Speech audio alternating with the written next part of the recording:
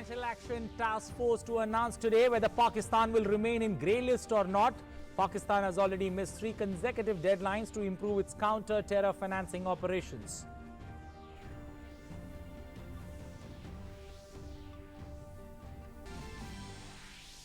As US President Donald Trump all set to visit on 24th of Feb, the first standalone visit by a US President to India, MEA says India U.S. trade growing at more than 10% per annum, emphasizes that Trump's visit to India will strengthen global strategic ties.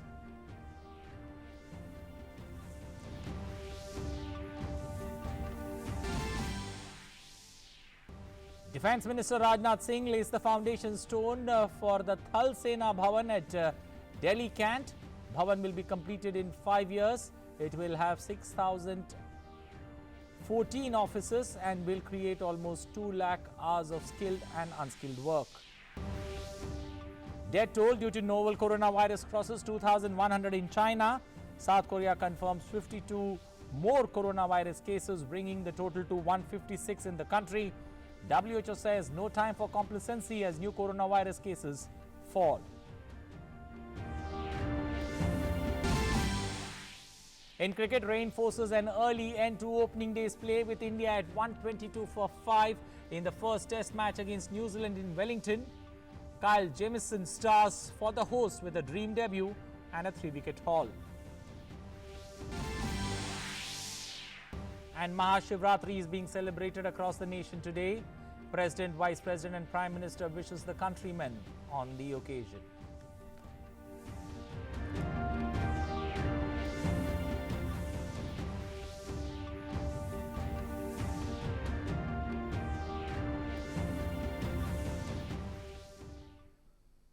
Good morning. Headlines at 11:30. I am Anil Thomas. Now for the stories in detail. The Financial Action Task Force plenary meeting is expected to conclude today with the official announcement of listing of Pakistan.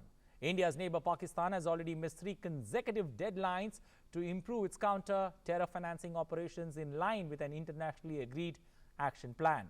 And therefore, at the end of the 5-day FATF Paris plenary session today, it is likely to miss the deadline for the 4th time. Pakistan faces 3 options: to remain in the grey list, to be shifted further to the blacklist, or to be removed from the grey list if it is satisfactorily shows that it is taking credible action against funding terrorists. The current blacklist of the task force includes Iran and North Korea.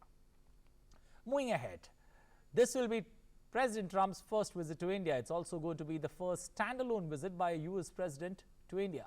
President Trump's visit will be brief but intense, with all the essential elements of a state visit and 2 additional legs in Ahmedabad and Agra, all squeezed into less than 36 hours. From the moment of their arrival at the airport a little before noon on the 24th of Feb, the delegates will be treated to a display of famed Indian hospitality and India's unity in diversity.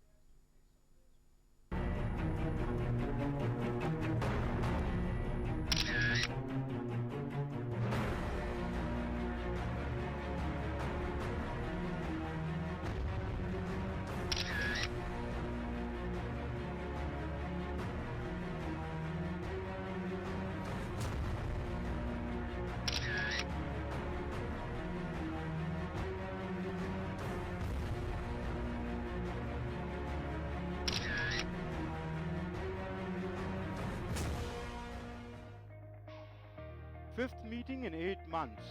Leader of the world's largest democracy hosting the leader of the world's oldest democracy. The host just rode back to power for the 2nd term with a massive mandate. The guest heads for his first standalone bilateral visit this year when he seeks re-election for a 2nd term. It was President Donald Trump's administration that saw India's relationship with the US evolve to one of the most consequential relationships of today. A strategic partnership based on shared values, geared towards 21st century, whether in countering terrorism or in ensuring a peaceful and prosperous Indo-Pacific. India and the US have unprecedented convergence of interests. More than 60 dialogue mechanisms, including the 2+2 at the ministerial level, which has foreign minister and the defense minister. biggest trading partner, biggest now emerging as a very vital partner in defense and security. It was like Afghanistan, our neighborhood. The Indo-Pacific construct is one of the important pillars of the foreign policy that has been unveiled by the Trump administration. The two leaders who have a very good chemistry between them, they meet 3 to 5 times a year. So that is the background in which the visit is taking place. India has procured over $18 billion worth of defense items from the U.S., which has enhanced defense preparedness significantly, as have frequent bilateral exercises with each other. The United States is India's largest trading partner in goods and services combined, and the overall bilateral trade increased by over 10% per annum over the past 2 years to reach a figure of $142 billion in 2018. It is expected to cross $150 billion for the first time this year. US is India's 6th largest source of crude oil imports, with hydrocarbon imports rising to $7 billion in the last 2 years. The size of Indian diaspora in the United States is estimated at around 4 million, with 1 million of NRIs. There are more than 200,000 Indian students in the US and a robust engagement among academics, scientists, professionals and other stakeholders. From Howdy Modi to Namaste Trump, the two leaders' joint appearances only grow bigger and grander. From the over 50,000 strong crowd in Houston to the nearly 1 lakh registrations for the Namaste Trump at Motera Stadium, the people-to-people connect continues to flourish under the leadership of Prime Minister Modi and President Trump. The road show in Ahmedabad, I think that matters a lot, because he's a social media, savvy politician and populist, so he wants, to be glorified in front of a giant, global, audience. Prime Minister Modi knows how important domestic politics is for Trump's in his calculus, and both the Howdy Modi and the Namaste Trump in Ahmedabad, both of these signify that. The Indian diaspora, they have voted more for democratic candidates in the past. For history aficionados, President Eisenhower in 1959, President Nixon in 1969, President Jimmy Carter in 1978, followed by President Bill Clinton in 2000, George W. Bush in 2006, and President Obama in 2010 and 2015. The increase in high-level engagements in the 21st century are a clear indicator of the upward trajectory in Indo-US ties. With Taposh Bhattacharya in Ahmedabad, Amritpal Singh, DD News, New Delhi. President Trump and the First Lady will be staying at the ITC Moria in the national capital. Let's take a look at the arrangements being done there for the grand welcome. Visit to India will have 2 stopovers, first in the city of Ahmedabad and then in Agra, and will finally end his day at the iconic hotel that you see behind me. This particular 5-star hotel has been host to American presidents who have visited India.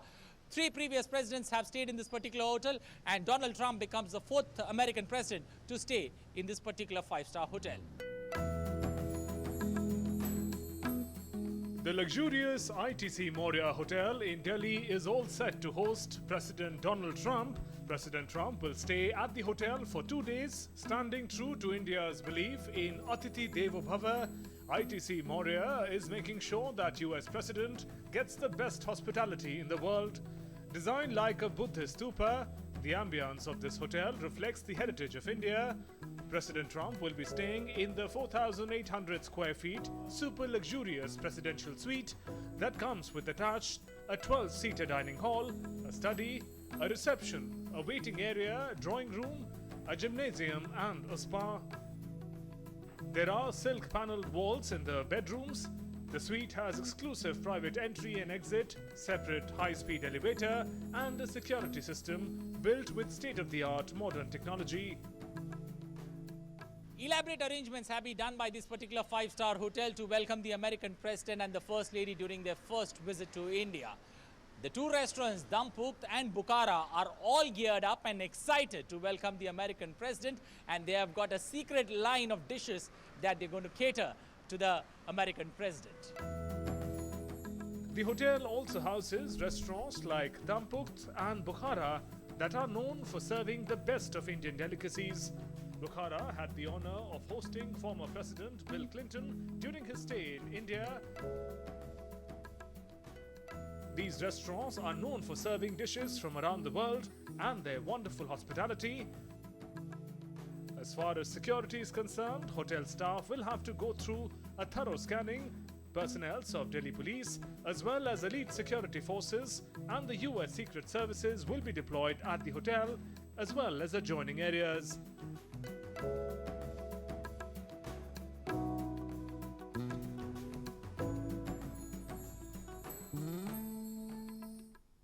Defence Minister Rajnath Singh today laid the foundation stone of the Thal Sena Bhavan in Delhi. Army Chief M.M. Narwane was also present on the occasion. A multi-faith prayer meeting was also held at the ceremony. Thal Sena Bhavan will be spread over 39 acres and will come up near the Manekshaw Centre in the Delhi Kant area in the next 5 years. Once ready, it will house various army establishments that are scattered across the national capital, including offices that currently operate out of hutments or barrack-like structures. The army, which is the biggest among the three services, has been demanding a new complex for several years to accommodate its several wings that are scattered across Delhi. आप जैसे बहादुर जवानों के कारण ही आज भारत दुनिया में एक सक्षम और समर्थ राष्ट्र के रूप में जाना जाता है। बड़ी से बड़ी चुनौतियों का मुकाबला करने की कुवत, ताकत आज भारत के अंदर है और सारी दुनिया भी यह मानती है कि भारत अब कमजोर भारत नहीं रहा है, बल्कि भारत अब दुनिया के ताकतवर देशों की कतार में आकर खड़ा हो गया है। इसका श्रेय यदि किसी को जाता है तो आप जैसे बहादुर जवानों को जाता है, और इसका श्रेय जाता है उन बहादुर जवानों को जाता है जिन्होंने भारत को एक सशक्त भारत बनाने के लिए अपना बलिदान दिया है।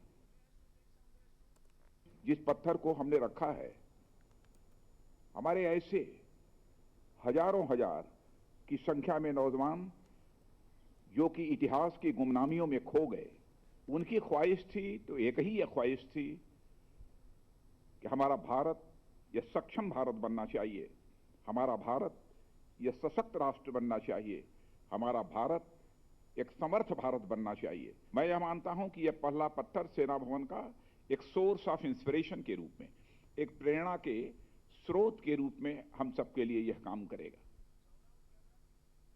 Well, moving to updates now from the novel coronavirus problem. The death toll in China continues to rise and has reached over 2,100, with over 75,000 reportedly infected with the novel coronavirus. The National Health Commission said that on Thursday that the number of newly discharged cases of the novel coronavirus has remained larger than the newly confirmed cases for the 2 consecutive days in China. Meanwhile, the Diamond Princess cruise ship, which was carrying 3,700 people in total and passengers who tested negative for the virus, began leaving the ship on Wednesday after a 14-day quarantine. Hundreds have been now disembarked from the cruise liner docked in Japan city of Yokohama. Others are set to leave over the next 2 days. Back home, the External Affairs Ministry said that the government is in touch with the Japanese authorities regarding reports of 8 Indians aboard the ship who are reportedly infected with the virus. Staying with the story, meanwhile, India is sending an aircraft to evacuate those remaining in Wuhan district in China and also planning to send us medical supplies there. Earlier, the government had sent an aircraft and evacuated 640 Indians. China has praised India for its assistance in tackling and containing the virus. Indian government is closely monitoring the situation and taking all necessary measures. South Korea, meanwhile, reported its first death from the new coronavirus on Thursday, while the mayor of a southeastern city of Daegu urged its 2.5 million people to stay indoors as infection linked to a church congregation spiked.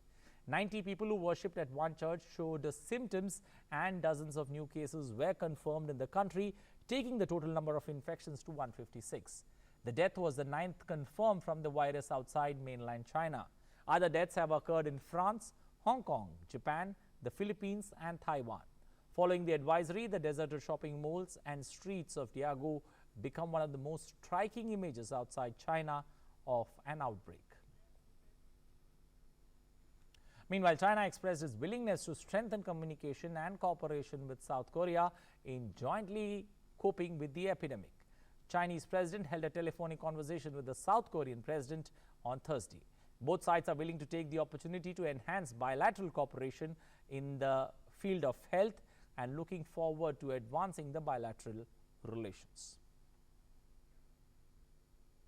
Amid rising risks of global growth in view of the coronavirus, the epidemic is set to be a major focus of discussion at a meeting on the weekend of finance ministers or leaders from the group of 20 major economies.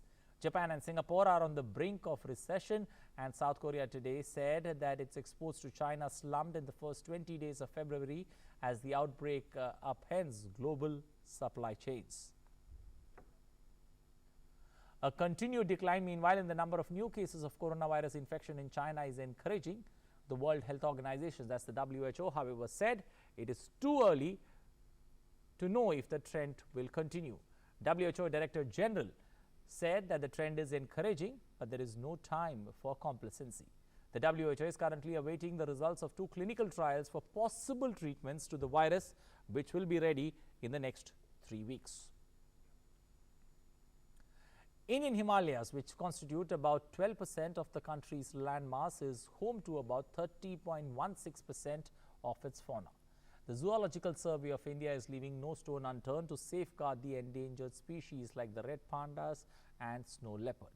DD News team caught up with the director of the Zoological Survey of India, Kailash Chandra, and talked about the efforts being put by the organization in wildlife conservation. COP13 is currently underway at Gujarat's Gandhinagar, and I've got with me Director of Zoological Survey of India, Kailash Chandra, to talk on what the Zoological Survey of India is doing to safeguard these migrant species. JDSI has been working for more than 100 years, but now the CMS has come. We are going to concentrate much on the migratory species of all the group of animals, whether it's the mammals or the birds or the reptiles or the fishes. We still do not know the number of snow leopard which are right now available in the upper echelons of the Himalayas. So what can we expect from ZSI? JDSI has undertaken one project under National Mission of Himalayan Institute of Ministry of Environment, Forest and Climate Change for last 3 years, and we are working in red panda as well as on that another species, snow leopard. Snow leopard, we are working in Lahaul Spiti area. A lot of information through camera traps have been collected. Not only the camera trap, but we are also undertaking these molecular studies by which we can ascertain how many individuals may be present. At least it may be the estimate. So earlier the estimation was around 20 plus individual from the Lahaul Spiti area, but now we could get more than 40 individuals, so that itself is a great achievement as far as the population of the snow leopard from Lahaul Spiti is concerned. With cameraman RK, this is Tapush Bhattacharya, TD News, Gandhinagar. Well, today the festival of Mahashivratri is being celebrated with great enthusiasm across the country.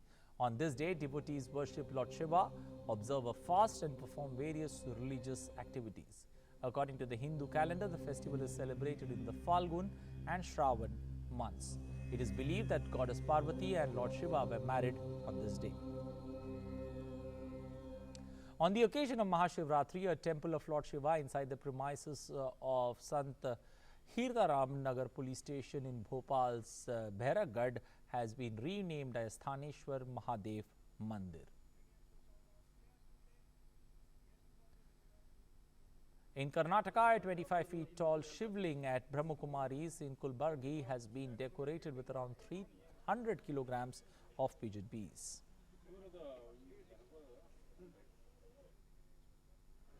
Devotees also lined up to offer prayers to Lord Shiva at Kashi Vishwanath temple of Varanasi on the occasion of Mahashivratri.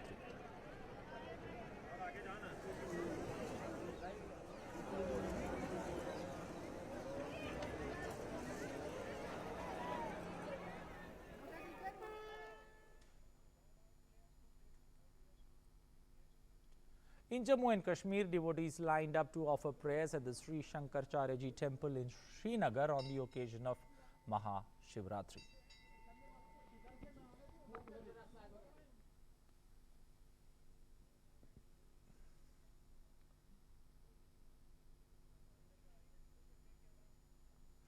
President Ramnath Kovind, Vice President and Prime Minister greeted the countrymen on the auspicious occasion of Mahashivratri. The President in a tweet said, and I quote, "May the blessings of Lord Shiva bring peace, happiness and prosperity to everyone's life."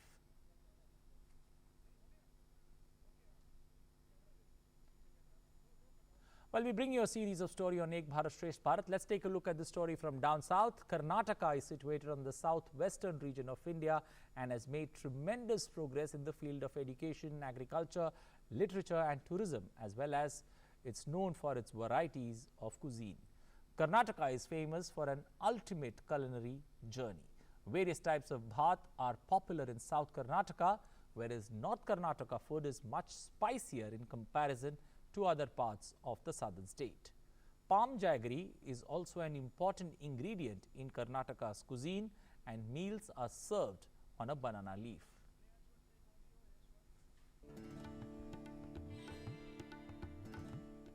All over the world, Karnataka is identified with ragi balls. Made from ragi flour, this is a staple food in Karnataka region. Ragi mudde, as it is called, is simple to make and can be called the 2-minute dish of Karnataka. No oil or spices are used for making ragi balls. They have high protein and nutrient value. Due to its nutrient value, people with diabetes prefer it instead of rice or wheat-based food nowadays. Preparation of ragi mudde is easy.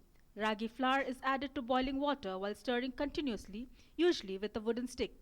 It is cooked in medium to high flame. As the mixture thickens, the ragi mixture is beaten so that no lump is formed. Then the vessel is taken down from the stove and rounded with bare but wet hands as per the required size. The ragi balls are to be swallowed and not chewed. It is swallowed after dipping in sambar, saru or chutney. Ragi mudde can also be eaten with buttermilk. Ragi mudde, basaru is popular combination among the farming communities in Karnataka. रागी मुद्दी है वो काफ़ी healthy होता है और ये जिनके BP की problem है, जिन प्रोटीन की कमी है, तो वो सब इस चीज़ को ट्राई कर सकते हैं। ये काफ़ी हेल्दी होता है, इसमें बिल्कुल भी ऑयल का यूज़ नहीं होता है। ये यहाँ का जो हेल्दी डाइट है, जो हेल्थ पर्पस में भी जो फ़ायदा करता है, वो रागी के नाम से जाना जाता है। रागी की डिश जो है, रागी का मुद्दा बनता है, रागी की और भी जो डिशेस बनती हैं, वो हेल्थ ऑफ दृष्टिकोण से बहुत फ़ायदे की रहती है, जो कि डायबिटिक पेशेंट के लिए बहुत शुगर कंट्रोल करती है, हार्ट पेशेंट के लिए कोलेस्ट्रॉल कम करती है। हेल्दी डाइट्स के रूप में ये मुद्दा रागी का जो है खाया जाता है। Another food item which has geographical tag is Madur Vada. Madur is a place in Mandya district in the state. The vada, which is popularly called Madur Vada, is supposedly originated here, but it is a very popular snack for the tea time. As with ragi balls, Madur Vada is also very easy to make. While ragi mudde is eaten as lunch and dinner, Madur Vada is crunchy snack munched during tea time or as a side dish.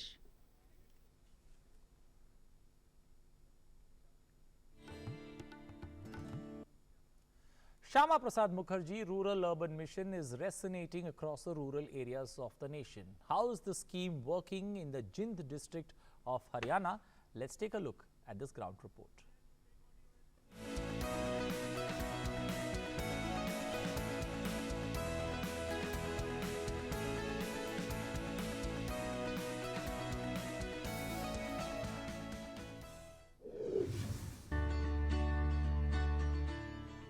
Shyama Prasad Mukherjee Rural-Urban Mission is beneficial for the villagers. The objective of this scheme is to provide all basic facilities at the village level on the lines of cities.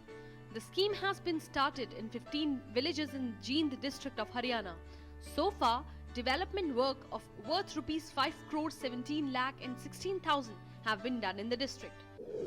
Shyama Prasad Mukherjee योजना रूअर्बन की जो योजना है, ये गांव को शहर की तर्ज पे काम करना है। शहरों के जैसे गांव दिखने चाहिए। इस योजना का मुख्य उद्देश्य ये है, जो शहरों में सुविधाएं मिल रही हैं, वही ग्रामीण क्षेत्र के लोगों को इसकी सुविधाएं मिलनी चाहिए। Under the mission, solar panels have been installed in all the schools of these villages, which has also reduced the electricity bill. Besides this, basketball court and community centers are also being constructed. The objective of this scheme is thus to provide all the basic facilities in the village like cities, so that further migration could be prevented. ये Pandit Shyama Prasad Mukherjee rural scheme के तहत जो हमारे गांव में विकास कार्य किए जा रहे हैं उसका मुआयना करने के लिए हम यहाँ पहुँचे हैं और यहाँ पर कार्य जोरों शोरों से चल रहा है।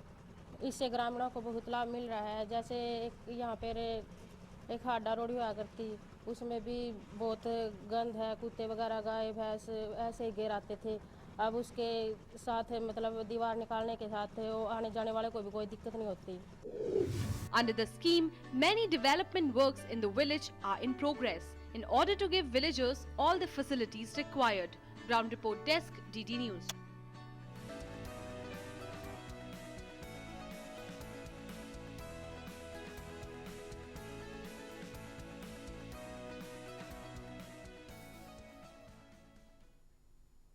Well, moving to sports, thunderstorms have forced the umpires to call off play early on day one of the first test match between India and New Zealand in Wellington. The first day belonged to the hosts, with them picking up 5 crucial wickets and leaving India reeling at 122 for the loss of 5 wickets. Ajinkya Rahane and Rishabh Pant remain unbeaten for India, while Kyle Jamieson starred for New Zealand on test debut with figures of 3 for 38.